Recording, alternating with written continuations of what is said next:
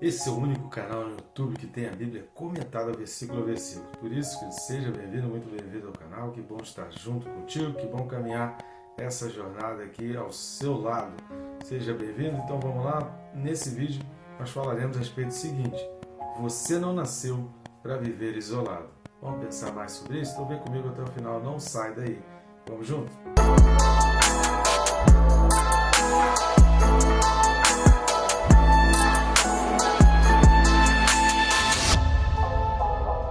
Só não deixe estar inscrito no canal, querido. É rápido e fácil, vai clicar no botão inscrever, está aqui ao lado do meu nome, aqui embaixo, e pronto, você já vai estar inscrito no canal.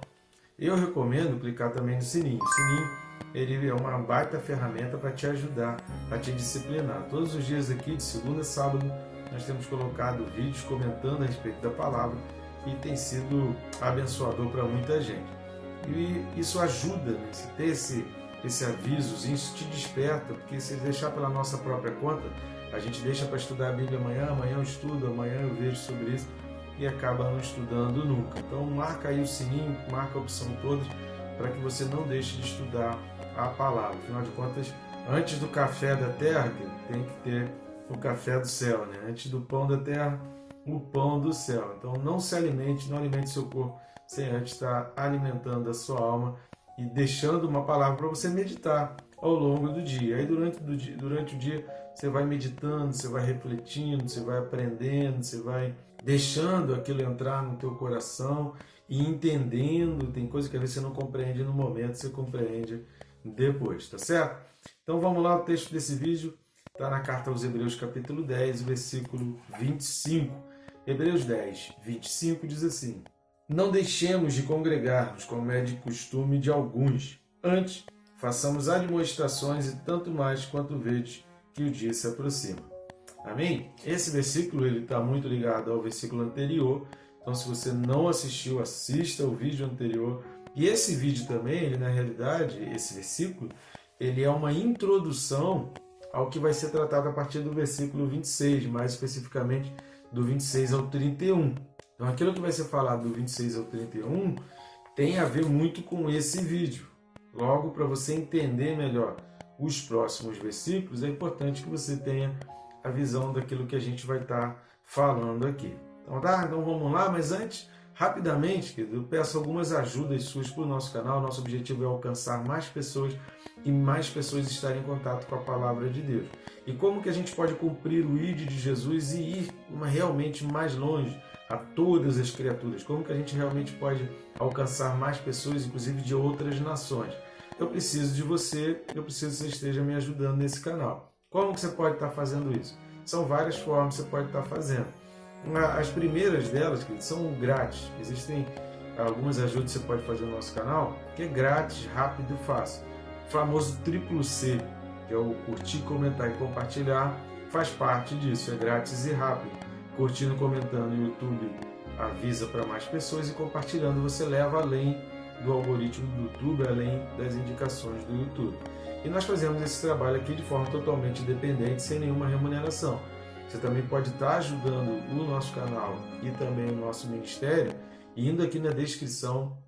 Só você clicar aqui embaixo na descrição, vai ter ali um mais, e aí você vai ter um link, ou então lê o QR Code que está aparecendo aqui do lado, e você vai ter um link com um menu de opções através dos quais você vai adquirir esses livros, que já estão começando a aparecer a capinha deles aqui. Quem se importa com Deus? É mais uma reflexão para fazer você entender que Deus também está esperando algo de você, e não só você que espera algo de Deus, né? Por que o mundo está tão mal? Por que tantas coisas ruins acontecem no mundo? Pois é, Deus também tem uma expectativa a teu respeito. E o outro livro, Perca Peso na Trave do Olho, trabalha a questão da santidade e explica a respeito do pecado para que você viva uma vida com completo entendimento, com olhos abertos, para poder ter uma vida santa e pura diante do Senhor. Tá certo? Então vamos lá. A primeira coisa que a gente precisa observar é aquilo que a gente já começou falando, que esse versículo 26 ela é uma introdução. Esse versículo 25 é uma introdução do que vai ser falado do 26 ao 31. E por que do 26 ao 31 fala do pecado voluntário, fala do profano? Por que ele vai comentar a respeito disso? Porque determinadas pessoas acabam participando do Evangelho, sabendo da luz, como a gente falou lá no capítulo 6. Eu recomendo que você assista os vídeos correspondentes ao capítulo 6 de Hebreus, que a gente também já falou sobre esse assunto. O autor já tocou nesse assunto e ele volta a mencionar agora a partir do versículo 25 aqui, vai até o 31 isso. Pessoas que participaram da vida cristã, pessoas que participaram da luz, indo agora para as trevas e voluntariamente entrando no pecado. E tudo aquilo que vai ser falado a partir do versículo 26, a razão de ser daquilo, tudo começa no isolamento, tudo começa na solidão, tudo começa quando a pessoa resolve viver a vida de uma maneira só. Sabe aquele negócio do crente em casa? Eu não preciso de igreja, eu não preciso estar na igreja, eu não preciso fazer parte da igreja para ter Jesus, eu não preciso disso para... Pois é, a gente que faz visita, que faz trabalho de rua há muitos anos, a gente que cuida de pessoas dependentes químicos, a gente que já vivenciou diversas experiências, inclusive com moradores de rua, você vai observar que muitos ali já estiveram no meio da igreja, mas o que motivou muito a eles terem um atrativo nas coisas do mundo e se afastarem dos caminhos do Senhor foi o isolamento. Você vai perceber que é algo incomum em todos eles, que é o momento em que eles se isolaram, o momento em que eles acharam que eles não precisavam da igreja, que eles conseguiam fazer as coisas, que eles conseguiam ser crentes sozinhos. Isso é um perigo, é uma mentira do diabo, e para solucionar isso, Deus criou esse convívio da igreja, Deus criou esse convívio dos irmãos para essa admoestação, para essa consideração, para esse suporte uns dos outros, como a gente falou em vários versículos, como você pode pesquisar aí. Por isso, o autor vai falar, não deixemos de congregar, não deixe. O diabo ele vai apontar dizendo que você não precisa congregar, que você não precisa estar no convívio, que você não precisa estar nessa vivência, que você não precisa estar nesse ambiente.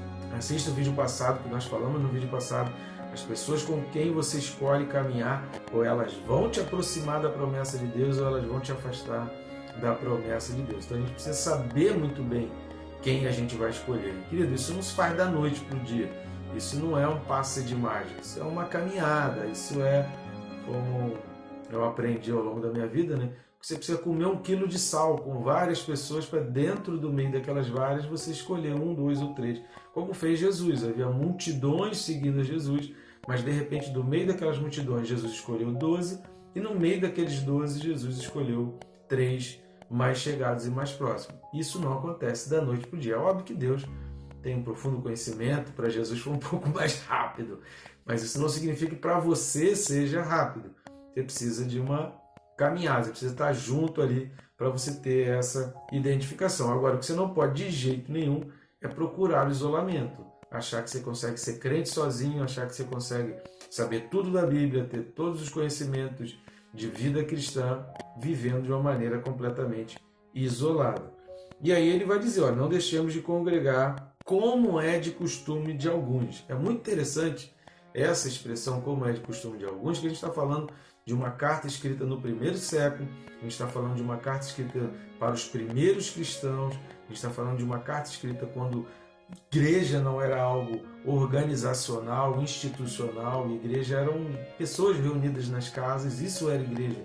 Nesse contexto aqui, nessa época da carta aos Hebreus, e dentro dessa época, dentro do primeiro século, havia o costume de alguns de não querer se congregar e querer viver uma vida isolada. Tem muita gente, querido, que acha que pessoas falando mal de crente, crente envolvido em escândalo, ex-crente falando mal da igreja ou falando mal de liderança, que tudo isso é coisa nova. Tem gente que pensa que isso é a modernidade, olha a modernidade entrando, o mundo entrando na igreja, que faz isso, faz os jovens se afastarem, faz pessoas que eram crentes, que eram cantores evangélicos, que eram pregadores, agora pastores de igreja recebendo integrantes de outras religiões e dando púlpito para elas para pregar exatamente o oposto do que a Bíblia ensina. Você tem igrejas aí, como recentemente aconteceu aí, de um pastor receber pessoas e dar o púlpito para elas e concordar com o que elas estão falando, de uma tremenda mentira sendo pregada ali, e principalmente levando ao povo a entender o contrário de um princípio bíblico básico, que é da preservação da vida, da proteção da vida, e falando contra a proteção da vida de um bebê, da vida de um bebê inocente. Tem gente que pensa que esse tipo de coisa é coisa nova, surgiu agora. Mas o autor dos Hebreus está falando que já era costume daquela época esse tipo de coisa. O que é novo é a internet, da gente ficar sabendo uma coisa que aconteceu lá em São Paulo, ficar sabendo aqui na África, em outros lugares. Então, isso é a novidade, a internet, essa divulgação, esse espalhar pela internet. Mas esse tipo de escândalo, ter ex-crentes, ex-cantores, ex-pastores ou pastores ligados a essas seitas, né, do esquerdismo, que é totalmente antibíblico, anticristão e antivalores bíblico-cristãos, judaico-cristãos, e que pensa que isso é novo. Não, Paulo já faz diversas advertências com relação a isso. João vai falar, olha, acautelai-vos dos falsos profetas, por quê? Dos falsos mestres, porque esse tipo de gente ensinando coisa para se afastar da Bíblia não é de hoje. Agora você precisa entender e buscar lugares e buscar as companhias daqueles que vão te aproximar da promessa. Faça como os crentes de Beré, confira a Bíblia, estuda a Bíblia. Por isso que a gente tem se esforçado para deixar vídeos diários aqui, para que você não fuja da palavra, para que você não perca o caminho, para que você não seja afastado, para que você não caminhe longe dos caminhos do Senhor e você saiba identificar. É melhor, querido, você trocar de igreja do que sair de igreja e ir para o mundo, porque você está seguindo o senhorio de Jesus Cristo. É melhor você procurar uma igreja. Qual é a melhor igreja? É aquela mais perto da sua Bíblia, não é a mais perto da sua casa, é a mais perto da sua Bíblia. Essa é a melhor igreja. Agora, o que você não pode é deixar de se congregar. Você não pode, é por causa de decepções, por causa de escândalos, que já aconteciam desde o primeiro século. Aliás, Adão e Eva pecaram na companhia de Deus. Adão e Eva se afastaram no paraíso. O primeiro assassinato na história mundial surgiu dentro da família, dentro de uma família, entre irmãos. Então, querido, não se iluda com isso. O ser humano é falho, o ser humano é pecador. É aquilo que a gente falou no vídeo anterior. Não pense que igreja é um restaurante, que você vai sentar e você vai ser bem servido e tudo tem que estar perfeito, a musiquinha de fundo tem que estar na altura, no volume e no ritmo que você gosta, os garçons têm que ser, sabe, muito bem postados, tudo elegante, um silêncio para você poder bater o teu papo e curtir aquele ambientezinho gostoso, a comida tem que estar no ponto, no sabor, na temperatura. Igreja não é restaurante, igreja é um hospital de campanha, hospital de guerra, que é correria, corre no chão, bota no chão, pega soro, corta aqui e tal, ó, tá ferido, grita, cadê o médico, cadê o enfermeiro, cadê o anestesista, não sei o que faz, e não tem anestesista, vai sem anestesia, e aquela correria, aquela loucura de um hospital de campanha no meio de uma guerra. Isso é igreja. Hospital de campanha no meio de uma guerra. É loucura, é correria, é gritaria, mas são pessoas empenhadas e com um objetivo, com o propósito, salvar vidas, curar e sarar e tratar os feridos. Isso é igreja e isso tem que ser igreja. Então, para com esse conceito de que igreja é restaurante. Você precisa estar numa igreja que te aproxime da promessa e que tenha como objetivo salvar vidas e aproximar dos ensinos de Cristo. E aí o autor continua no versículo 25. Como é costume de alguns. Antes que tudo aconteça, antes que o problema venha, antes que a dificuldade venha, façamos admoestações e tanto mais quando vedes que o dia se aproxima. E por que essa admoestação está dentro desse conceito dos versículos 24 e 25, de conviver com uns aos outros, de estimular uns aos outros, de se congregar, de estar envolvido com pessoas que caminham a promessa? Por que a admoestação faz parte? Porque ela quebra o orgulho. O principal motivo que faz as pessoas buscarem o isolamento, né, o isolamento faz as pessoas se afastarem dos caminhos do Senhor. E o que leva a pessoa ao isolamento é o orgulho. É achar que não preciso confiar em ninguém, não conto com ninguém, ninguém presta, ninguém vai resolver o meu problema, sabe? Todo mundo sabe menos do que eu sei mais, eu vivo melhor sozinho, eu sei as coisas sozinho, eu aprendo sozinho. O nome disso é orgulho.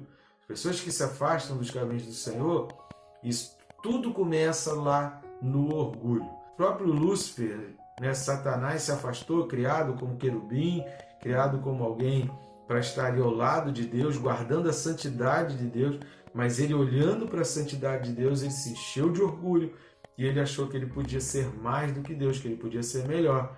Está tudo errado aqui, nada presta aqui, eu faço melhor do que estão fazendo. Então tudo começa com orgulho. E nada melhor para quebrar o orgulho do que a admoestação, do que as advertências. Isso é que faz quebrar o orgulho.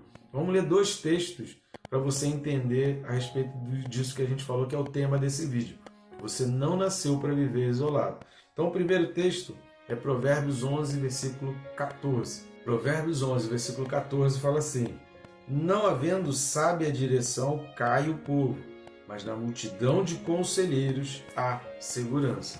Escolha muito bem quem é o teu discipulador, quem te discipula, quem te acompanha nessa tua caminhada, nessa tua jornada, quem está contigo, que já estava um passo à frente dentro da vida cristã e que você caminha junto e que às vezes vai precisar também da tua ajuda, mas que está ali te orientando. Você tem um discipulador? Se você não tem, tem alguma coisa errada.